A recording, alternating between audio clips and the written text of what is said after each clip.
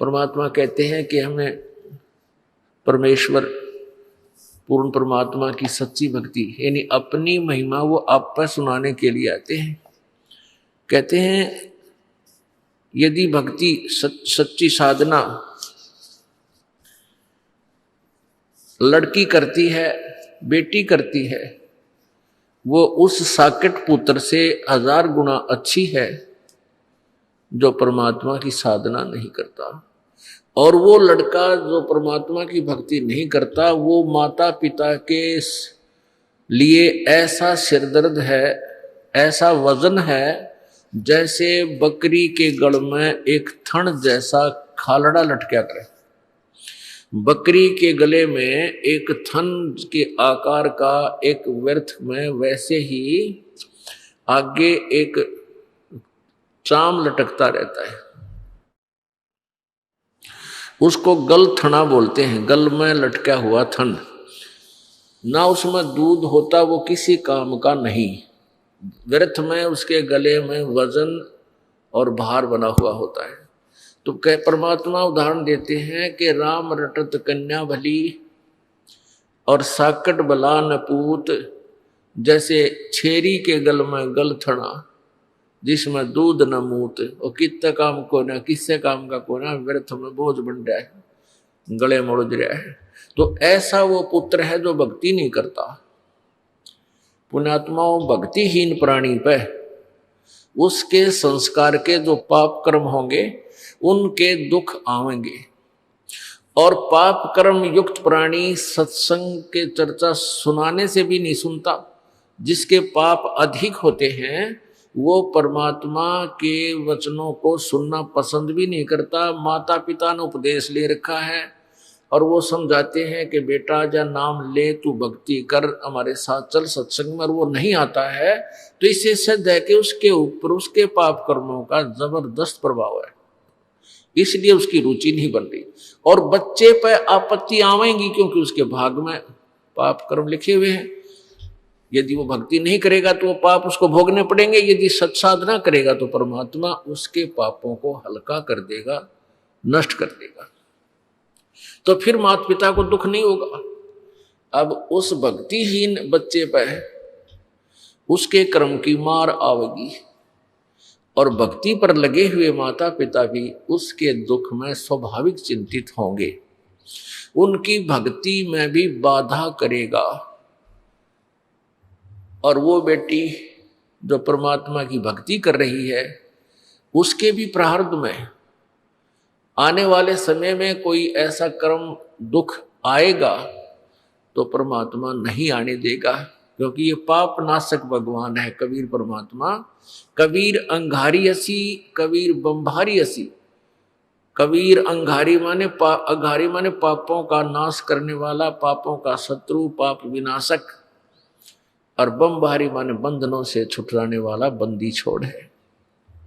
तो वो उस बेटी के उस प्रारब्ध के उस कठिन कर्म को, उस पाप कर्म को नष्ट कर देगा। इसलिए वह बेटी सुखी रहेगी। और बेटी सुखी रहेगी तो माता पिता भी सुखी रहेंगे, उनकी आत्मा भी परमात्मा में दृढ़ रहेगी। यदि बेटी भक्ति पर नहीं लगी है, उसके ऊपर आपत्तियां आती हैं तो माता पिता को पता लगता है तो उनकी नींद हराम हो जाती है, भोजन नहीं कर सकती वो उस दिन। तो इसलिए परमात्मा कहते हैं कि राम रटत कन्या भली और साकट बलो नपूत, जैसे छेरी के गल में गल थना जिसमें दूध न मूत। अब जैसे जिस प्राणी के ऊपर पाप कर्मों का अधिक प्रभाव होता है तो उसको परमात्मा की भक्ति अच्छी नहीं लगती। कबीर पिछले पाप से हरि चर्चा ना भावे, के ऊंघ के उठ चले या और बात चलावे। पापग्रस्त प्राणी या तो सत्संग में आया नहीं करे, और आ जाता है किसी के कहने से, प्रार्थना करने से, माता पिता के दबाव देने से, या कोई रिश्तेदार, कोई मित्र, सहेली, सखी, भाई बहन आ जाते हैं। और जिनके ऊपर पाप कर्मों का अधिक प्रेशर है तो सत्संग शुरू होते ही उसको या तो नींद आने लग जाएगी, लटके लेगा जो, या कोई और जिक्र कर देगा अपने मित्र से सत्संग के दौरान ही, उसको पता नहीं कि खरपतवार भरा, उसमें खुरापात भरा होता है, वैसे था वो, कैसे था वो, ऐसा कह रहा था। तो वो मित्र तो उसको कुछ ना कह पावे, परंतु दूसरे जो भक्त आसपास होते हैं वो उसको टोका टाकी करते हैं, भाई बोल रहा ना बीच में, आनंद आ रहा है भगवान के वचनों में, परमात्मा की चर्चा में, बोल आवाज ऊंची ना करे, हमने सुनने दे। तो फिर वो क्या करता है, उठ के चल पड़ता है, चला जाता है, वो बैठ नहीं सकता। ये उसके पाप कर्मों का प्रेशर है, दबाव है, जो उसको भगवान से दूर रखे हुए। यहां से तो उठकर चला गया, और बनवाना की यात्रा में एक्सीडेंट होकर मर गया, वहां से कहां जाएगा। अब फिर क्या होगा, वो बैल बनेगा, नाथ डलेगी, रस्सा बांध दिया जाएगा। अब अपनी मनमानी नहीं कर सकता, ना समय पर चारा चर सकता, ना समय पर जल प्राप्त कर सकता, ना बोल कर बता सकता मुझे कहाँ दुख है, मुझे प्यास लगी है या भूख लगी है। लगी रहो। तो क्या बताते हैं भगवान, कबीर पिछले पाप से हरि चर्चा ना भावे, या ऊंघ है या उठ चले, कह और बात चलावे। या तो ऊंघ लग जाएगा या उठ कर चला जाएगा, यहां बैठेगा तो और इधर उधर के गप्पे मारेगा। तुलसीदास जी कहते हैं, तुलसी पिछले पाप से, पिछले जन्म जन्मांतर के पाप जो एकत्रित होते हैं प्राणी को, जो प्रारब्ध में मिले हुए होते हैं, उन पापों के प्रभाव से हरिचर्चा ना भावे। जैसे जबर के बेगते भाई भूख विदा हो जाए। जिस प्रकार किसी व्यक्ति को मलेरिया हो गया हो, मलेरिया जबर हो जाए, उसको भूख लगनी बंद हो जाती है, और घर वाले कोशिश भी करते हैं कि ले थोड़ा सा खा ले, सेब खा ले, संतरा खा ले, रोटी खा ले, तो वो खाना खाने की चेष्टा भी करता है, तो उसको वो वस्तु सेब भी कड़वी नजर लगती है, महसूस होती है, वो नहीं खा पाता, छोड़ देता है। अपने आत्माओं ने तो सेब कड़वी, ना प्रतिदिन आहार करने वाली वह रोटी कड़वी, ना काजू किस्मत ये मनुखा दाग कड़वी। लेकिन उस बुखार ने, उस जबर ने उस व्यक्ति के शरीर की व्यवस्था को इतना खराब कर दिया, बिगाड़ दिया कि उसको मीठी वस्तु भी कड़वी लग रही है, कौड़ी लग रही है। ऐसे ही जिस व्यक्ति के पाप गणे बढ़ जाते हैं, उनको राम नाम की मनुखा दाख भी कड़वी लगती है। अब इसका समाधान क्या है? जिस व्यक्ति को जबर हो गया है तो उसके लिए क्या समाधान है कि उसने कड़वी कुनीन खानी पड़ेगी। वो कुनीन की टेबलेट, गोलियां, बट्टी, वो बहुत कड़वी होती है, जुबान पर भी नहीं रखी जाती, और वो कड़वी दवाई खानी ही पड़ेगी जबर मुक्त होने के लिए, रोग मुक्त होने के लिए।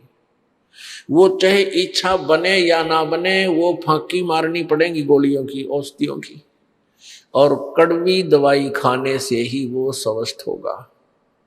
और जब वो स्वस्थ हो जाएगा, जबर उसका समाप्त हो जाएगा, तो फिर देखना वही रोटियां इतनी स्वादिष्ट लगने लग जाएंगी, समय पर भूख लगेगी, चाहे सब्जी भी ना हो।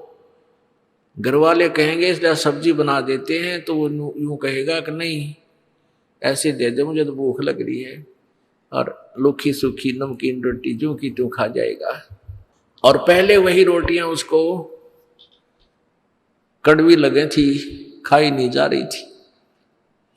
तो पुण्यात्माओं, प्रथम बार जो प्राणी सत्संग में आवेगा, किसी के कहने सुनने थे, तो उसको ये परमात्मा की मनुखादाक, परमात्मा के वचन अच्छे नहीं लगे। कारण क्या है कि प्रथम तो उसने पिछला जो वो अज्ञान सुन रखा होता है, उस अज्ञान के कारण ये वचन वैसे ही अच्छे नहीं लगते। क्योंकि ये तत्व ज्ञान है वो लोकवेद था। तो उस लोकवेद पर हम आधारित हो रहे थे। लोकवेद होता सुना सुनाया ज्ञान, अक्षेत्रीय ज्ञान, वो हमने पहले सुन रखा था तो वो आगे अड़ जाता है। उसका भी समाधान यही है कि जैसे किसी पात्र में खारा पानी डाल रखा हो, या तो उसने सारे नबार गिर दे फिर ताजा बढ़िया ठोक बनाए। दूसरा तरीका यह है कि उसमें वो मीठे पानी की टूटी चालू कर दे, वो खारा अपने आप निकल गए और बढ़िया रह जाएगा। तो ये सत्संग सुनने से आपके अंदर जो पहले वाला ज्ञान वो खारा पानी भर रखा था जल, वो अपने आप निकल जाएगा, समाप्त हो जाएगा और परमात्मा का योग तत्व ज्ञान आपके हृदय में समा जाएगा, शेष रह जाएगा। तो पुण्यात्माओं, परमात्मा आकर के हमें यही बताया करते थे कि जैसे तुलसीदास जी की वाणी है, तुलसी पिछले पाप ते हरि चर्चा ना भावे, और जैसे जबर के बेगते भूख विदा हो जावे। तो उस प्राणी को परमात्मा की कथा अच्छी नहीं लगती जिसके पाप कर्म अधिक होते हैं। तो उसके लिए यही समाधान है कि सत्संग में आवे और चाहे ना भी रुचि हो तो भी सत्संग सुनता ही रहे। तो ये कानों के माध्यम से, ये कानों के माध्यम से ये परमात्मा की टेबलेट, ये दवाई, ये औषधि अंदर जाएगी और अंदर के उस पाप रूपी जबर को नष्ट करेगी। और फिर देखना आपकी क्या दशा हो जाएगी। आप सत्संग जब प्रारंभ होगा, सत्संग का के दिन निकट आवेंगे, आप घर पर होगे तो ताला बेली लाग जाएगी, हे भगवान कोई बाधा ना आ जा। और आप 100 किलोमीटर 200 किलोमीटर आकर के सत्संग सुनोगे। और पहले यही वचन आपको सुनने को रुचि नहीं बनती थी, आप सुनकर भी सुनने की इच्छा नहीं होती थी। और आसपास भी कहीं सत्संग, जैसे यहाँ बरवाला के अंदर सत्संग हो रहा है और यहाँ के लोग नहीं आ पा रहे क्योंकि उनके जबर हो रहा है, उनको ये ज्ञान मिला नहीं। और आप जी कहाँ से आ जाते हो, 100 किलोमीटर से, 200 500 1000 किलोमीटर से, और परमात्मा की चर्चा सुनते हो, क्योंकि आपके पाप कर्मों का वो बुखार, वो जबर, वो कम हो गया, वो नरमा गया, बहुत कम हो गया, समाप्त हो गया। अब आपको कितनी रुचि बन गई। तो इसलिए परमात्मा हमें याद दिलाते हैं कि राम रटत कोढ़ी भलो, कोढ़ी कुष्ठ रोगी, राम रटत कोढ़ी भलो, चो चो पड़े जो चाम, वो सुंदर शरीर किस काम का, जिस मुख नाही नाम। कहते हैं वो सुंदर शरीर किस काम का जिसमें परमात्मा की चर्चा नहीं है। और राम रटत एक रोगी, कोढ़ सबसे मतलब घृणित रोग है कोढ़। कहते हैं कोढ़ी भी अगर भक्ति कर रहा है तो सुंदर शरीर वाले से असंख्य गुणा पुण्य भागी है।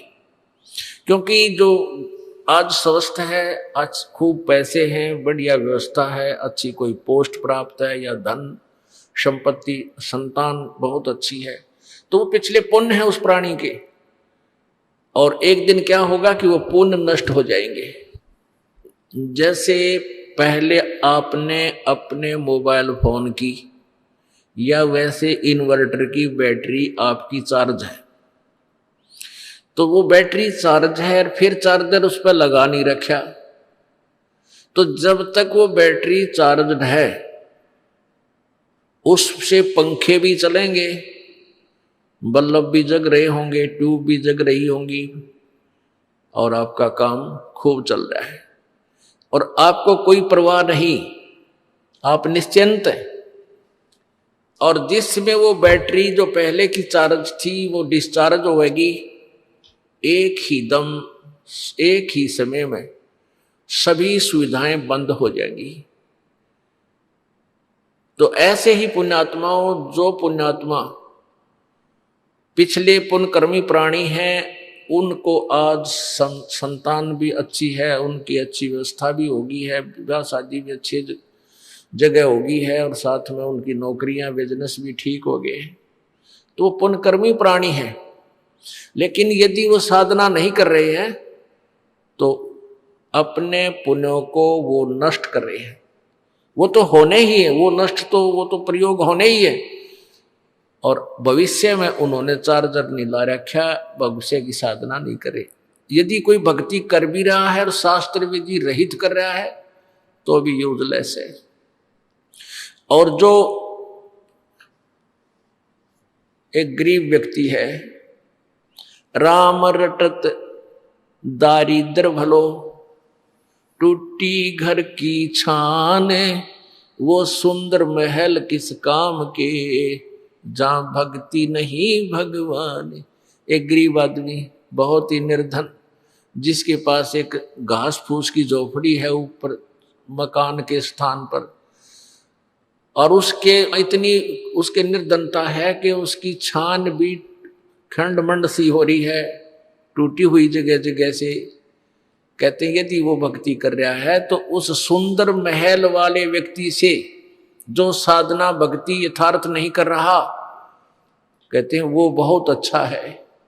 क्योंकि जो सुंदर महल वाला है, अच्छा स्वस्थ शरीर है, सुंदर शरीर वाला है, भक्ति से यथार्थ नहीं कर रहा है, तो वो अपने पुण्यों को ही खा रहा है, बर्बाद कर रहा है, भविष्य की तैयारी नहीं कर रहा है, भविष्य के पुण्य साधना नहीं कर रहा है।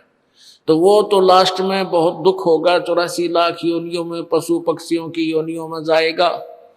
और जो आज गरीब व्यक्ति है, इतना कि उसके मकान भी ढंग का कोनी और कोड भी लाग रहा हो किसी को, कहते हैं वो अपने भविष्य की भक्ति कर रहा है। और परमात्मा की भक्ति से रोग भी दूर होता है, दारिद्र भी, यानी ये टोटा भी दूर होता है। तो एक दिन वो बात भक्ति कर रहा है जो गरीब और दुखी व्यक्ति, एक दिन वो तो सुखी होगा। और जो आज सुखी नजर आते हैं, जो भक्ति यथार्थ नहीं कर रहे हैं, वो महादुखी होंगे। पुण्यात्माओं, सत्संग में आने से हमें पता लगता है कि हम जो क्रिया कर रहे थे ये कैसी थी, ये कहाँ तक ठीक थी। क्योंकि हम जब तक सत्संग में नहीं आएंगे, परमात्मा के तत्व ज्ञान को नहीं सुनेंगे, तो हम अपने कर्मों को, चाहे कोई शराब पीवे है, चाहे कोई हुक्का पीवे है, तंबाकू प्रयोग कर रहा है, और चाहे कोई डाके मार रहा है, कोई चोरी कर रहा है, कोई और बकवाद करता है, चाहे कोई कसाई का काम करता है, तो उस काम को बुरा नहीं मान रहा हो। यदि उसने बुरा मान रखा हो तो उसने करे को ना, उसी दिन त्याग देगा। तो उसने उस काम, जो कर्म को वो कर रहा है, उसने अच्छा मान के कर रहा है। लेकिन अच्छे और बुरे का तो परमात्मा के विधान की तुलना से पता चलेगा। परमात्मा के विधान का ज्ञान होगा सत्संग में आने से, और वो भी केवल सतलोक आश्रम बरवाला में आने से। अन्य सत्संगों में ये ज्ञान आपको नहीं मिल सकता। पुण्यात्माओं, समस्या यही आई हुई है कि जो भी पुण्यात्मा पहली बार इस ज्ञान विचार को सुनता है, वो ये सोचता है कि ये रामपाल अपने आप को महाविद्वान मान रहा है और अपने बराबर किसी ने नहीं समझता। ऐसी कोई बात नहीं है। लेकिन इतना ये दास दावे के साथ कह सकता है कि तत्व ज्ञान इस पृथ्वी पर, इस ब्रह्मांडों में नहीं है जो दास के पास है। और कुछ दिन में आप भी इतने सियाणे हो जाओगे, बुद्धिमान हो, इस ज्ञान से इतने परिपक्व हो जाओगे कि आप भी तुलना करने लग जाओगे। ये वचन जो आज आपको कड़वे लगे हैं, एक दिन आप आंखों में आंसू बहाकर कहोगे कि फिर संत ठीक कर रहा था। परमात्मा भी कहा करते थे, जैसे गोरखनाथ जी से प्रभु ने कहा था कि तेरी साधना गलत है, तू ऐसे ऐसे काल के जाल में है। गोरखनाथ जी ने कहा था कि तुम मेरा वचन मोए कड़वा लगे, तो परमात्मा ने कहा था कड़वा लगे सो मीठा होई, हमारी बात पतिज होई। कि आज तुझे जो कड़वा लग रहा है, ये मेरी बात पे विश्वास करेगा तो मीठी हो जाएगी ये बात। यही तो पुण्यात्मा, जो सत्संग है ये इसलिए हमारा ज्ञान जो है आपको एकदम खटकता है कि आपने पहले अज्ञान भर रखा अपने अंदर सारा। ये नकली संतों, ऋषियों, महर्षियों की वो शास्त्र विरुद्ध अनुभव की पुस्तकें पढ़ रखी हैं और वो उनके विचार सुन रखे हैं, जिस कारण से आप जी को इस यथार्थ ज्ञान भी एक बार गलत महसूस होता है। लेकिन फिर प्रमाण आपको दिए जाएंगे, सच्चाई से परिचित कराया जाएगा, आपकी आत्मा अपने आप स्वीकार कर लेगी कि हाँ हमें गलत ज्ञान मिला था। अब परमात्मा कबीर जी हमें बताया करते थे, मानुष जन्म दुर्लभ है भाई मिले न बारंबार, जैसे तरवर से पत्ता टूट गिरे वो बोहर न लगता।